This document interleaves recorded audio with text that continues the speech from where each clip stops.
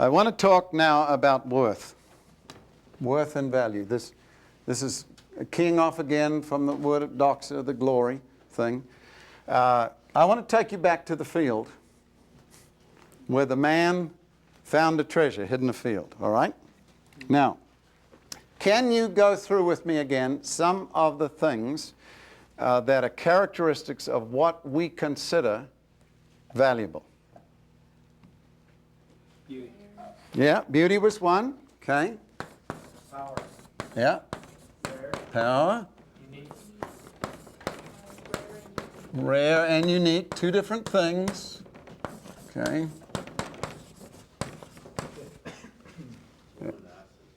Luminosity, that was a strange one, wasn't it? But it is really true. We are fascinated with light. Huge. Huge, large size. I'm going to add another one to this. Why aren't bubbles, which are beautiful, worth more? Because they don't last. They're not permanent. See? They don't have that quality of permanence.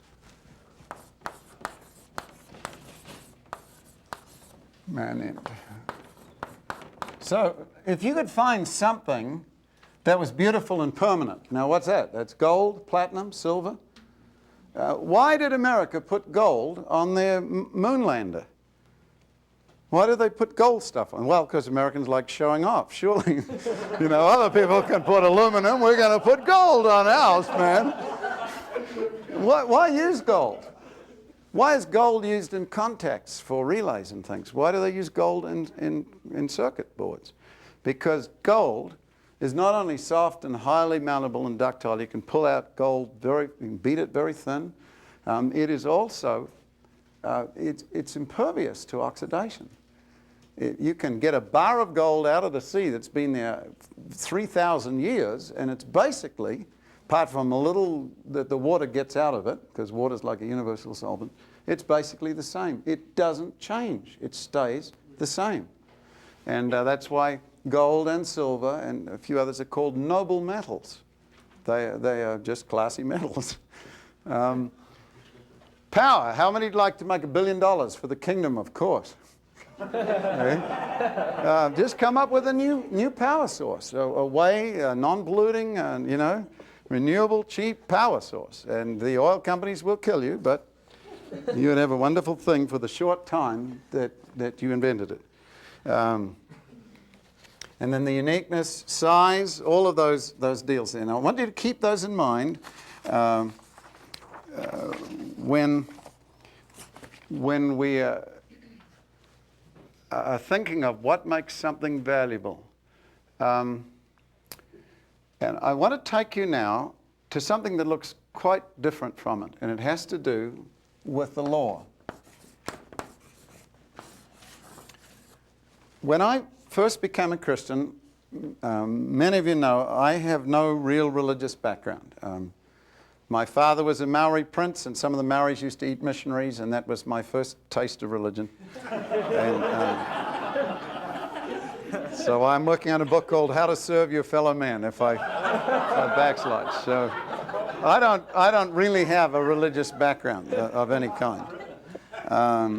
Not a background of you know, atheism or something, just not interested, just really not thinking about it, and not really, it's not a big deal. See?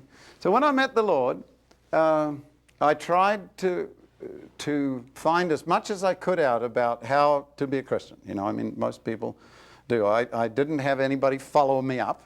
You know what I'm talking about? Being followed up. So I just was hungry. I decided I'd spend all my lunch money on books. So, you know, I was very skinny for those first years, but I had a great library. And I read a whole bunch of stuff, and I was particularly interested. God gave me a couple of very practical principles in buying books. You know, books are expensive. They're getting more and more expensive all the time. But he gave me two parameters, if you like, on buying books. One of them is where there is no vision, people perish. And the other is my people are destroyed through lack of knowledge. And within those parameters, God showed me this. When people are drawn to Christ, it's because Jesus is lifted up and they see him. And somebody who doesn't even have a whole bunch of clues and stuff, if they hold Christ up, if I be lifted up, he said, I will draw all men to me.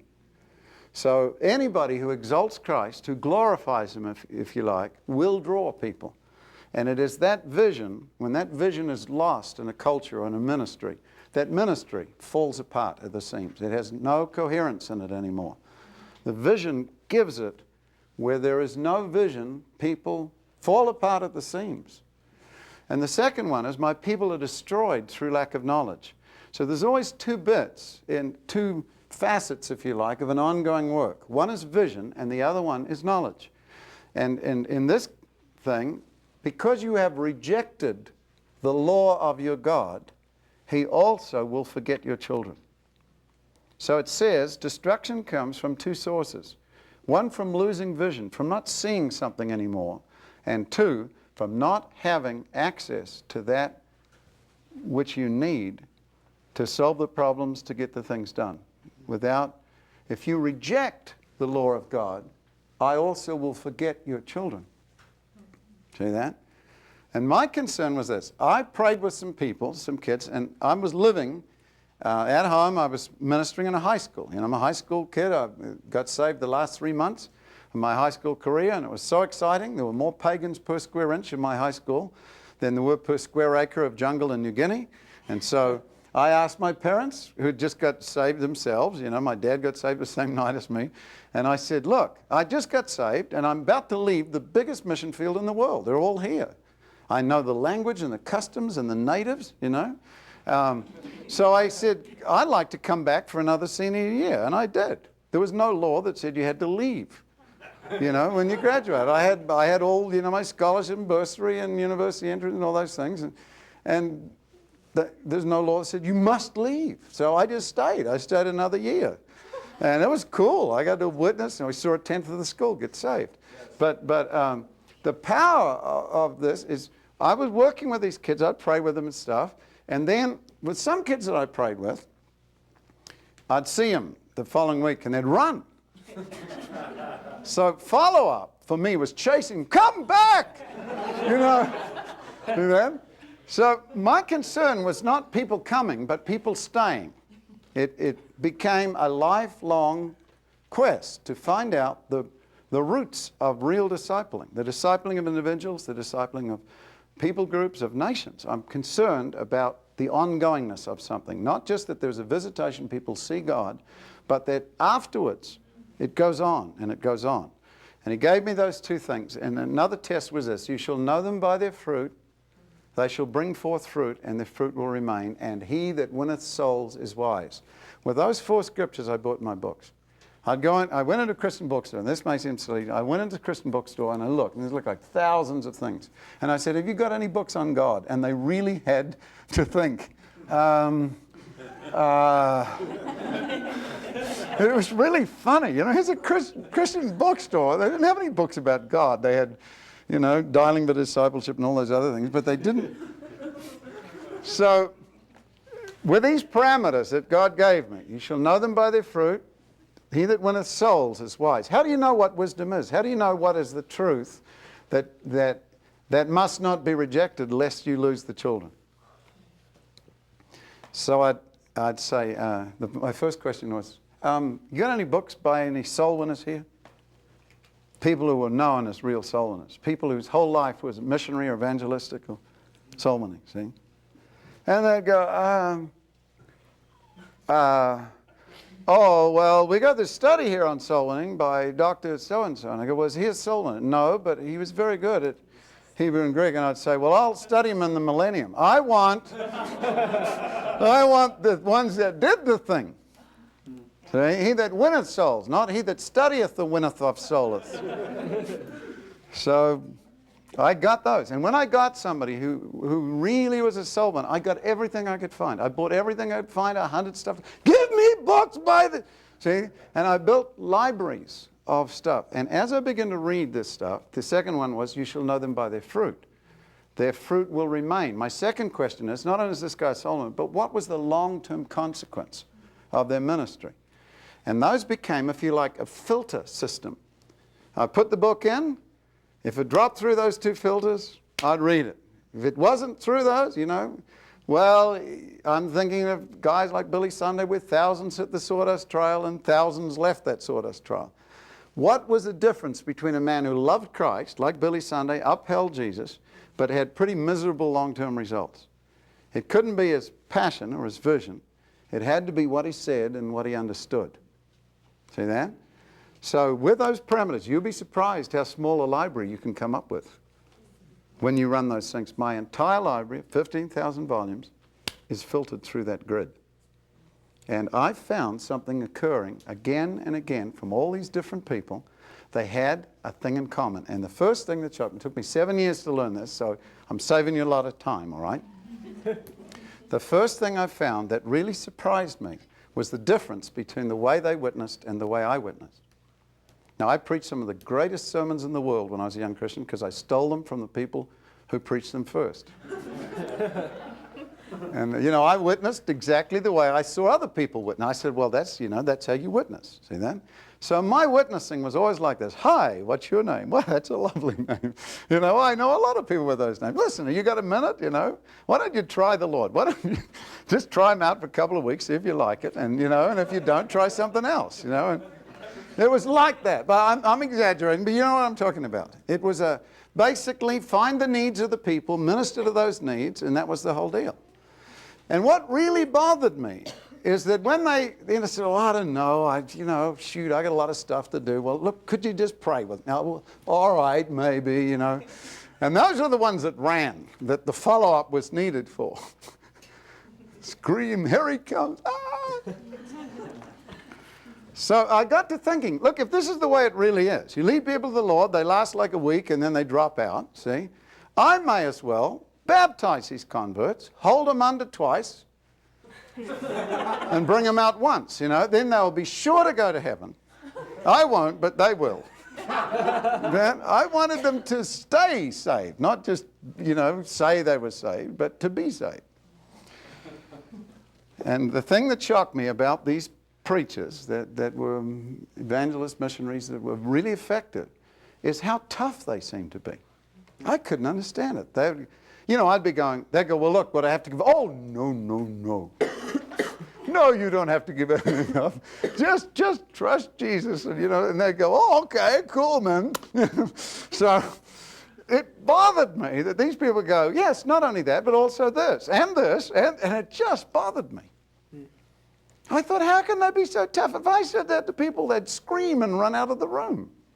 How can they say stuff? How can they be so... It looked tough to me. Do you know what I mean? I couldn't understand it. It took me 7 years to figure it out. I found out they're working from a different base than I was. You see, we work many, many times. We work from a basis of human need. And let's face it, people have got needs. All over the place there are needs. See that? Can't deny the fact of human need. But Jesus is not a need meter. He meets needs. That's not what he's there for. Jesus never went to people and said, look, I've got a lovely chariot with 4 prancing white horses, and if any of you would like to get into something really cool, you could get with me. See that? Do you remember those who came to him because they saw the miracles he did? And he said, you seek me because of the loaves? See, I found the difference between those preachers that had this common thread was that they didn't work from human need. They worked from divine right. The base they said was not how can Christ meet your need, though he did. But they said God has a right on your life. And when you read the New Testament, that's exactly how Jesus acted and exactly how the disciples acted. You know how Jesus talks? Leave your nets. Follow me. That's how he talks. He doesn't go, hi, what a nice name. What are you doing? Fishing. What a lovely thought. I'm fishing too. He just comes on like he owns everything.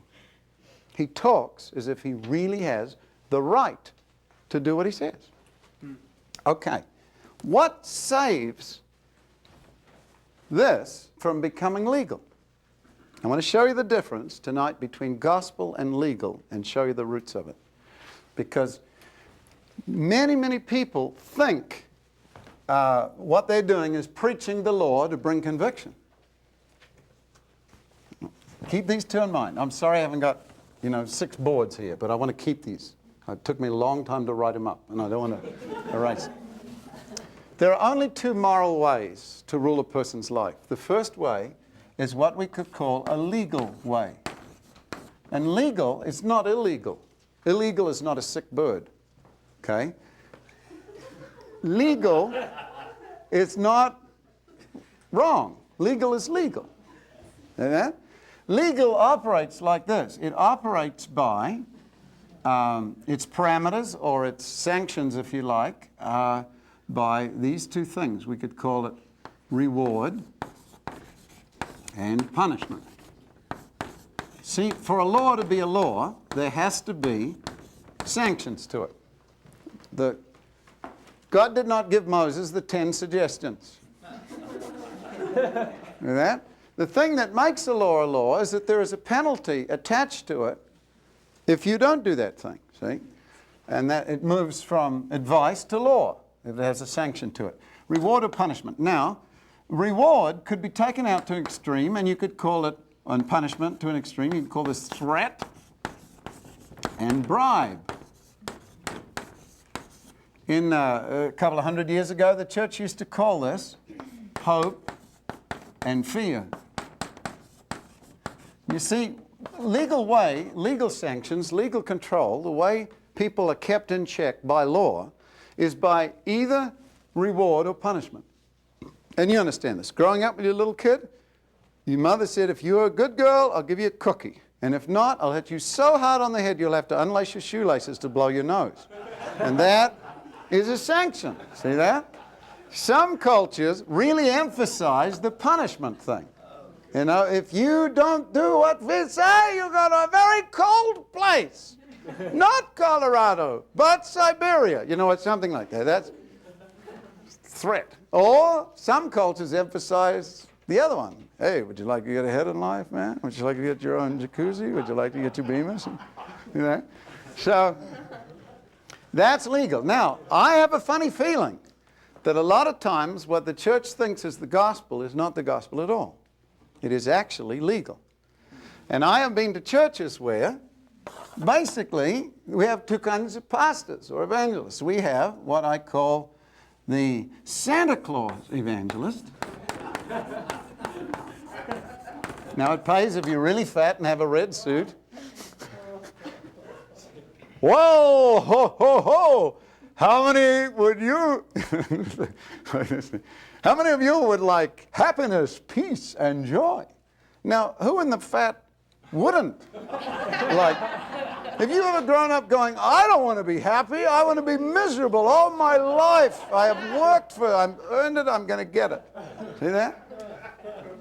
Now, how many like, the devil would put his hand up. Yes, I'd like happiness, peace. Who wouldn't? You'd have to be stupid not to want to be happy. Okay? And you know, it pays to have a red suit and stuff if you can preach like this. But then there's the other evangelists, and you may have met them. I remember a few of them when I was young. They were always in black. You know, Gen Xers before their time. And they always had 1.5 foot long bony fingers and some kind of radar rangefinder tracking phase-lock loop to my frequency. And they'd always get up and they had these like burning laser beam eyes and they'd point. You know, and they'd go, some of you are going to die. Now, it never occurred to me that all of us were going to die. But, you know, you know, I don't know, I call them the Frankenstein evangelists.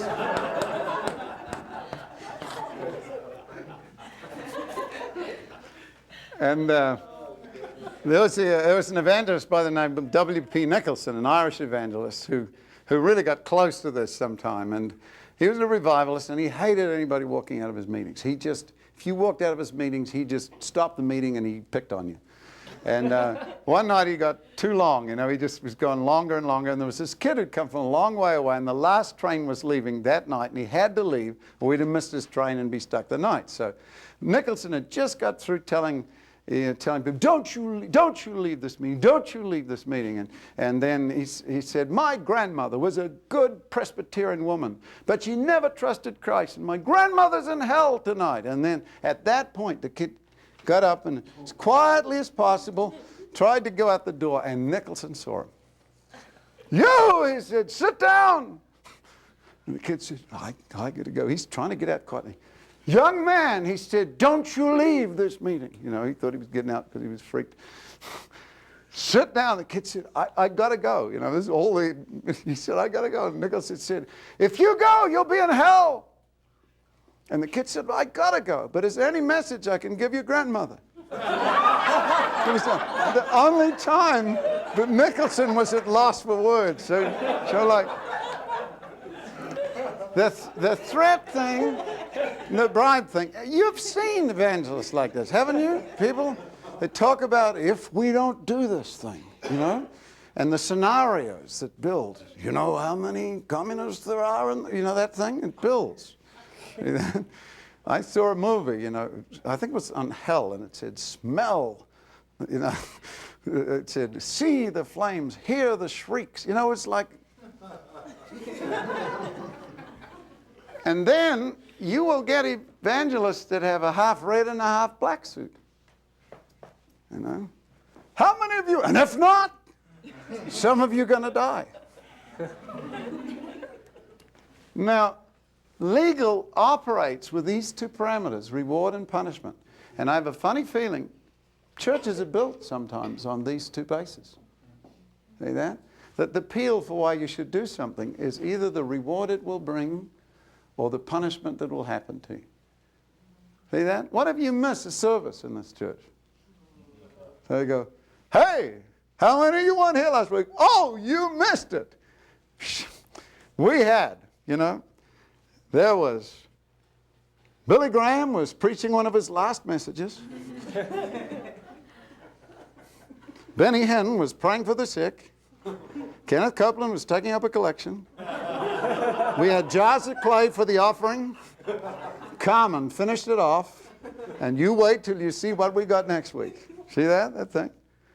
Or if you miss a service in this other one, there's a knock on your door the following. There's a couple of guys there with turned up collars and drawn international versions. You missed a service last week. Terrible things happen when you miss service.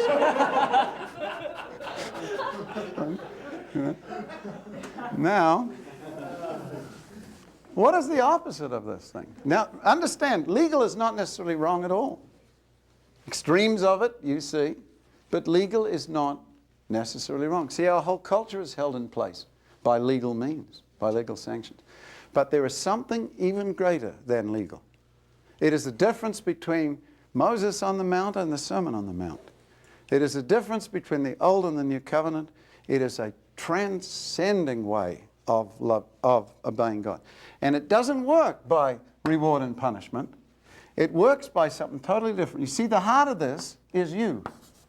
It is what will happen to you if you do this, or if you don't do this, what will happen to you. And self sits right in the center of it. Jesus gives us a whole new way. First he executes you. That's pretty radical. If any man will come after me, let him deny himself, take up his cross and follow me. And the basis that he works in is not this, but this.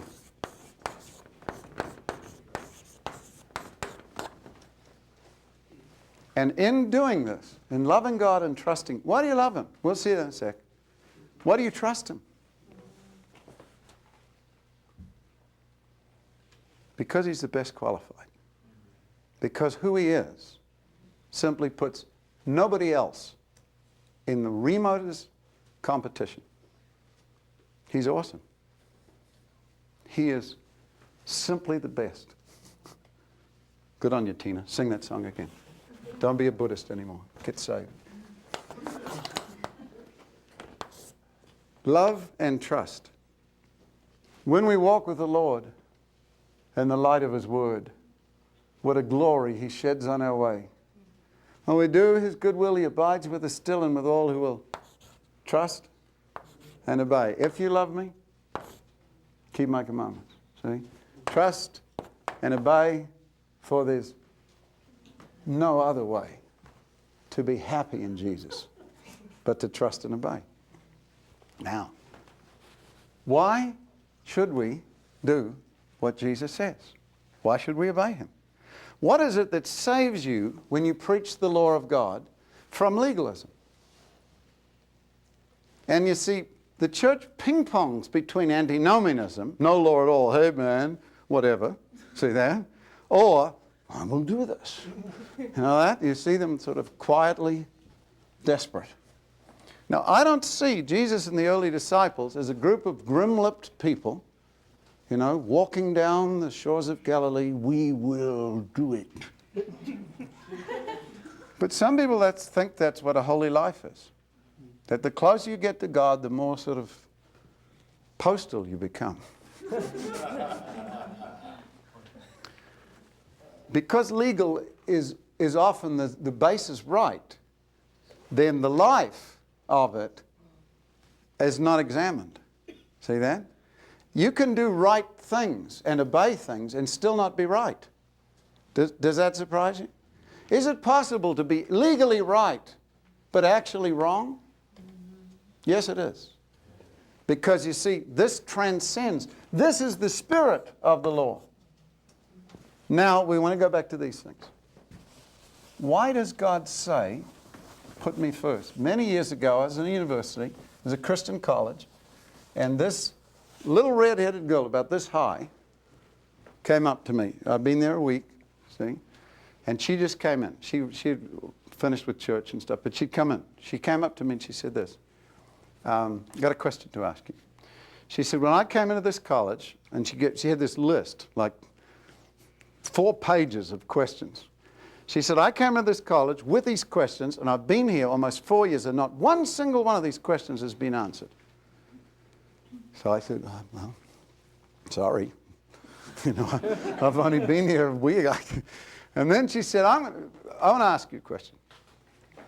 She said, now, Christians say that we're supposed to obey God and do what is right. I said, yeah, that's good. She said, and the Bible teaches, doesn't it, that the essence of being wrong is to be selfish. Is that right? And I said, yeah, you know a lot more than most Christians do. It's very good, yeah. You wanted to sum up all those Old and New Testament words of sin? That's a good thing. Your whole life revolving around you. Yeah, that's right. And she said, so God has given us laws to show us what unselfishness looks like, right? I said, yeah, that's very good too. See? And she said, and all of these laws that God gave us could be summed up in what Jesus said. I said, that's very good. See? And she said, and what does God say? Love me and put me first. Isn't that selfish? See that? That is the same kind of question the devil said when he said, hath God said, to Adam and Eve in the garden. It is a fundamental question, because what it does is it challenges the right of God to be right, to be God. It says there's something wrong with this law. There's something wrong with this authority. And the one thing people cannot stand is arbitrary authority. You know what I mean? People will put up with something and they see, well, okay, I understand that. But arbitrary authority that just says, look, you do it. Why? Because I said so, that's why. See that? Now, I've asked people this, why has God got a right on your life? And here's the answers. They go, well, because He's bigger. And that indeed is true. He really is. See that? But girls, single girls here, what if it was a big monster that really loved you? Would that give him a right to rule your life? He might be able to, but would it give him the right? See that? Well, what if he really loved you? Hi. See? Because he loves you, give him a right. See that? Well, what if he gave gifts to you? Stacking up things outside your door all night. This is kind of a hard one. What if he died for you? That's why he's got a bolt through his head. See that? Are these the reason why God has a right on your life? And we go, well, he made us. That's true. But it was a long time ago.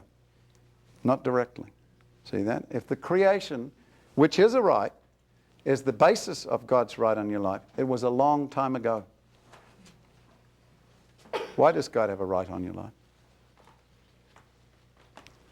And here's the wonderful thing about this glory thing. I'm going to ask you now this question. What is the most valuable thing in the whole universe?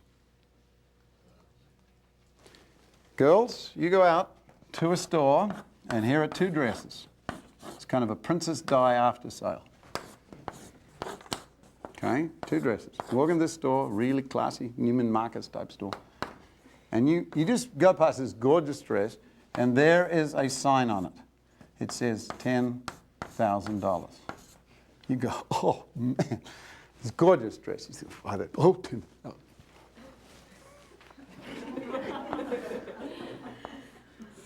And then there's another dress just like it hanging on the stand. You look at it and it goes, $100.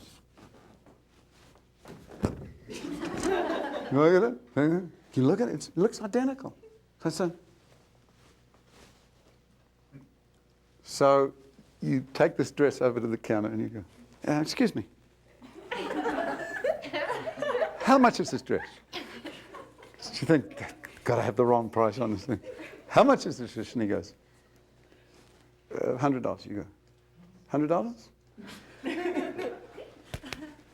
I like to buy it. Okay? And then when you safely got the dress, and it's yours, you go, this other dress. This identical dress. How much is that? He goes, oh, that's $10,000. And you go, isn't this same dress? He goes, yes, but did you see the little mark on it? The bottom? See the mark, the little mark there? You see that mark? No, but I don't care. Why do you buy something? It is a concept we call intrinsic value. It is the value of something in itself that says to you, pick me and not that. Now, if Princess Di was alive and buying this dress, she would never buy that dress because it had a mark on it. She would pay that. She had the money for it, see? This would be of more value to her, see that? But you who are always looking for bargains, and sale is a demonic word.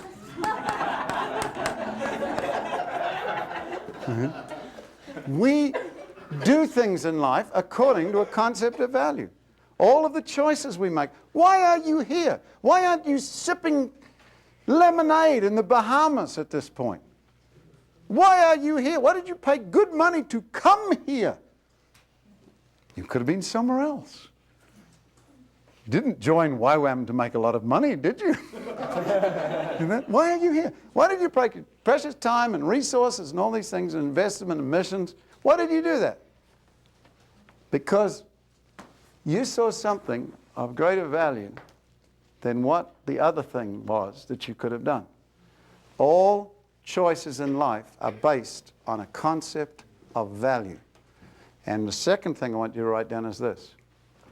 Value choices change as we learn the nature of reality.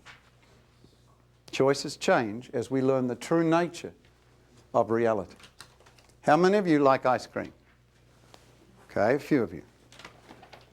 The people who didn't put their hands up have worked in an ice cream drama. When I was a little kid, I still do, I love ice cream. And I couldn't understand who adults who had all the money in the world to buy ice cream every single day did not just plain eat ice cream. I thought, this is stupid. They've got all the money. They could eat ice cream for breakfast and for lunch, and they have vegetables and stuff. Why? And I thought, when I get old and I've got money, I am going to just eat ice cream. I will have ice cream, ice cream, ice cream. Well, I am older. I still like ice cream. But I've learned something. See that? Here's a choice. Going to eat? I give you two choices. I give you a beautiful dinner, maybe steak or chicken, just cooked exactly the way you like, with all the things, trimmings and stuff. See, that's one. Or we have some slightly stale breadcrumbs here. And we have a choice on the menu today. Okay. How many would probably vote for the other thing, unless you're vegetarians or vegans and breadcrumbs are not on the menu? Oh, they are. So we can eat those. That's value too, see. Okay. How many would probably vote for the steak dinner with the trimmings? All right. Okay. Don't have to reveal your food preferences. But here's one other thing. I forgot to tell you something. We had a problem with the toilets. They overflowed. We didn't have any rags, but we did have some steaks. Who now will vote for the breadcrumbs? See that? Your choices change as you learn the nature of reality. See that? Now.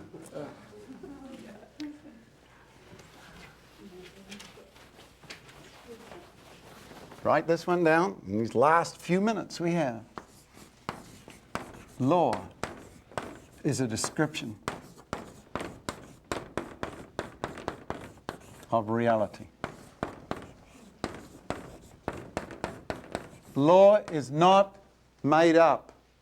It is a description of what is real. Sir Isaac Newton didn't invent the law of gravity because an apple hit him on the head. Now, I'm not talking about the early computers. He discovered a relationship that was there. A law is a description of what is real. A moral law is a description of what is real in the moral world. And it is just as inviolable as the law of gravity. The law of gravity says, yea, verily, if thou jumpest off a 40-story building without a bat suit, thou shalt be paced. See that? And you cannot break it. You can go and see a Robin Williams movie and sing, we can fly, we can fly, we can, you'll still die. This is called reality impinging on fantasy. Now, Francis Schaeffer wrote a book in which he discussed a concept. I've got about 3 minutes to give it to you. Samuel Rutherford wrote a book called Lex Rex. These two Latin words simply mean the law is king. But in the England in which Samuel Rutherford, that Christian man of God, wrote, that was not the way the king saw it. To him, it was lex, rex, lex. The king is law. I am the king, I make the law. See that? Samuel Rutherford wrote this little book, The Law is King. That not even a king is above the law. That's this nation's power to get rid of a president. See that? Okay. Here's what some people look at. They go this, okay, we know this, that the law is king and not the king is law. Can you give me an illustration of where the king did something awful in the Bible and the law got him? David. David and Bathsheba. He was a king. He could do anything he wanted. And he committed adultery and then murder. And remember, God sent this guy and Nathan the prophet, told him the story about a rich man who owned everything. And there was this poor guy lived next door to him. He had one little lamb which he loved like his own daughter. And the rich guy had a visitor came. He went next door, got the poor guy's lamb, killed it, ate it. And David is a shepherd. He just freaked. He went, oh, you know, and Nathan the prophet, his friend, said, what do you think should be done to a man like that, David? He goes, he should die. You know, he used all this stuff. And then that terrible silence. Nathan said, you are the man. Thus saith the Lord. Can you imagine how scary? Your whole world falls apart. God sees you. See that? You didn't get away with it at all. And that is not Rex Lex. That is Lex Rex. The law is king. Now here's the wildest thing. We know as Christians this is true in culture. You can be the king, but you still don't get to make up right and wrong. You're still subject to it. What happens when you go all the way up to the heart of the universe? Does it now flip? Does it become Rex Lex? No. Even in God, it is Lex Rex. And now I want to show you one of the most wonderful things I ever saw. It helped me understand why they could preach with such authority without being legal. And it has to do with value. We are designed to choose that which we perceive is of greatest value. We have to do it. Nobody chooses. Even when you sin, you think you get more out of sinning than being righteous. You think it is wiser to do wrong and smarter than to do what God says. And you are wrong. Let's put it like this. God looks at the universe. These are our pictures of value. This is what we think are things of value. This is why we pick some things and not other things. It's beautiful, it's pretty, it's luminous, it's powerful, it's big, it's permanent, it's all those things. God looks at the universe, and this is silly because this has always been true, and he asks himself this question. What is the most valuable thing in the whole universe? What is that thing? Because whatever that is, that must be first. The intrinsic value obligates. Well, he looks at his world. His world is wonderful. Got a big universe. See that? A lot of beauty in nature. Stars shine. It's all kinds of beautiful things. But his universe is not the most valuable thing. He looks at mankind, and we are beautiful to God. Loved by God, and we're valuable. But we're not the most valuable thing in the universe. And whatever that thing is, that must be first. And whatever that first thing is, all beings must put that first. And God looks, what is the most wonderful, valuable, beautiful thing in the universe? Because whatever that is, I must put that first. And he chooses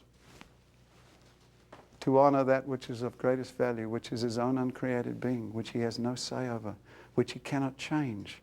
The basis of all form, of all structure, of all law, is what God is.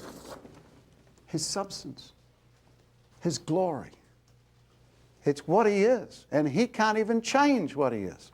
You see, the king does not make up law. God's will is not the origination of law. It is only the expression of what already is. When you get this, it'll blow your mind in 40 different directions. God's laws are not arbitrary. They are descriptions of what is true. How about this for a strange verse? If we walk in the light how would you finish that? We would say, as he is the light. And he is. But that's not what he says. He's saying to you this. You do this. I do it. As I am in the light. He is the light. That which even he has no say over, which even the king does not originate. God is a shepherd, and he does everything first that he asks you to do. And when he commands us to put him first, it is not arbitrary. It is what is real. He unselfishly chooses his own highest good. Not because, do you understand? This God, if there was a bigger God, would say, honor him. But there isn't anybody bigger. There's nobody greater. So he unselfishly chooses his own highest good. Always has, always will. It is unchangeably like that. You see, if the will of God is the basis of the law of God, then God, by choosing, can change the nature of virtue and vice. He could say that which is righteousness now is wrong now, and it would be so by divine fiat. But if the law of God is not rooted in His will, but in His being, then His will honors that which He is. God is a moral being. He is not arbitrary. He cannot be. Now do you understand this thing? If you are unfaithful, yet He remains faithful. He cannot deny Himself. His law is not mediated by who you are, but what He is, unchangeably. Now, I'm going to read you this from C.S. Lewis to finish this evening. What would you give to have the most beautiful thing in the universe? What it would be worth to you? You know, there are people who buy a painting because it's just so incredible, they'll spend everything they got to get that painting, the pearl, the treasure hidden in the field. What would you give to have the most wonderful, most powerful thing there was? What would that be worth? Nations have gone to war over tiny little things like this. What about light? What about something so rare there's just nothing, or unique, nothing like it in the universe? What about the greatest? What would it be worth to find something that had all of that to the ultimate? What do you think that would be worth? C.S. Lewis. We usually notice just as the moment of vision dies away, as the music ends or the landscape loses its celestial light. You ever seen something so gorgeous you just wanted it to go on forever, and then it's only there for a few seconds and then it's gone? You go, oh, see that? It's just so incredible. A person, a painting, a show, a music, something, a song, and something happens. For a few moments, we had the illusion of belonging to that world. We thought we were in it, and then suddenly, it's gone. Now we wake to find there is no such thing. We've been mere spectators. Beauty has smiled, but not to welcome us. Her face was turned in our direction, but she didn't see us. We have not been accepted or welcomed or taken into the dance. Saddest thing, to see beauty. And he said, it's not these physical objects, but that indescribable something of which they become for a moment the messengers. We want something else we can hardly put into words when we see this, to be united with the beauty we see. As if some way you could just take that beauty inside yourself, and that beauty could take you inside itself, and then you would just forever be one. And Lewis said, these things that we put so much value on are just little echoes, shadows of an original. See that? The faint, far-off results of those energies which God's creative rapture implanted in matter when He made the worlds are what we now call physical pleasures. And even thus filtered, they are too much for our present management. What would it be like to taste at the fountainhead of that stream, of which even these lower reaches prove so intoxicating? And here is the cool thing. One day, we will get in. It is this. See, I can hold up Jesus. I can hold up who He is and the description of who He is. The letter of the thing simply states that in some formal, propositional, structural way. That's what the law of God is. But the heart of it is the value and the beauty of it. What is it that brings men and women to Christ? If I be lifted up, I will draw all men to me. The spirit of the law comes first, And the letter of it follows. God said to Noah, take 7 clean, 2 unclean of every animal into the ark. He didn't tell him what unclean and clean was. Centuries go past. He tells Moses, by the way, unclean looks like this, clean looks like this. The Spirit always comes before the letter. What will save you from legalism? What will save you from rightarianism, from doing the right thing? To capture the spirit of the law. Do you understand what I'm saying? That the task of the Christian church is to hold up the value and beauty of God.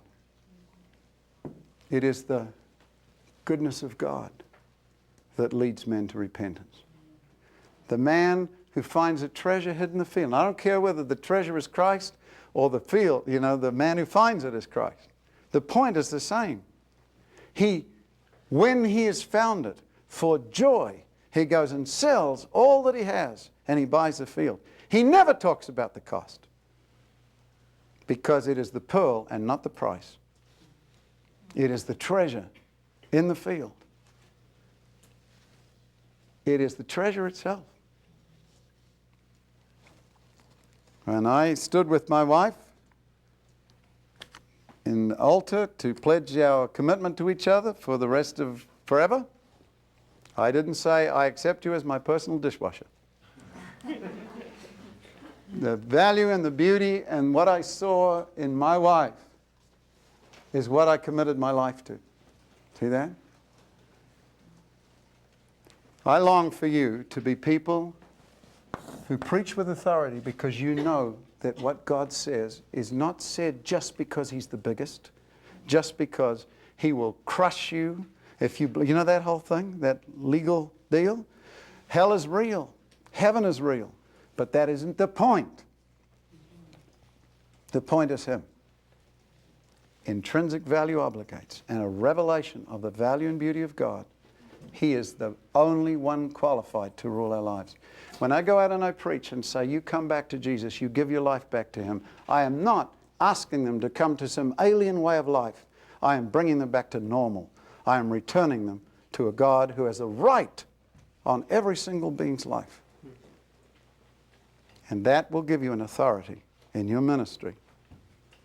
You won't have to stand and think, what are the needs here that I can meet? You will hear what God says. You can't minister to people always out of needs. I remember talking to Steve Good in Thailand, and here at one stage he had 10,000 people with no money, no food, no hope, no home, everything destroyed. See? And I remember we went through this one time, years before, and Steve said to me, if I had been ministering on the basis of human need, I would be out of the ministry. See that? I don't want you to be evangelical humanists. I want you to be God lovers and God authorized in what you say and what you preach. And that's what it means to be taken into the glory. Okay, let's go. Father, we thank you. Thank you for not just the wonder of the outflowing, that glory that the angels bow before and say, holy, holy, holy. We thank you that worthy is the Lamb to receive glory and honor. It's not just what you are, but what you've done with what you are. You really, really deserve everything. It is stupid for us to do anything else except put you first. And as long as our hearts are set on loving you with all our hearts, minds, souls, and strength, and loving our neighbor just as you love yourself, we will be men and women with a message that is not rooted in legal and rightarianism, but instead in a revelation of the beauty of Jesus. We thank you for this. Amen. Amen.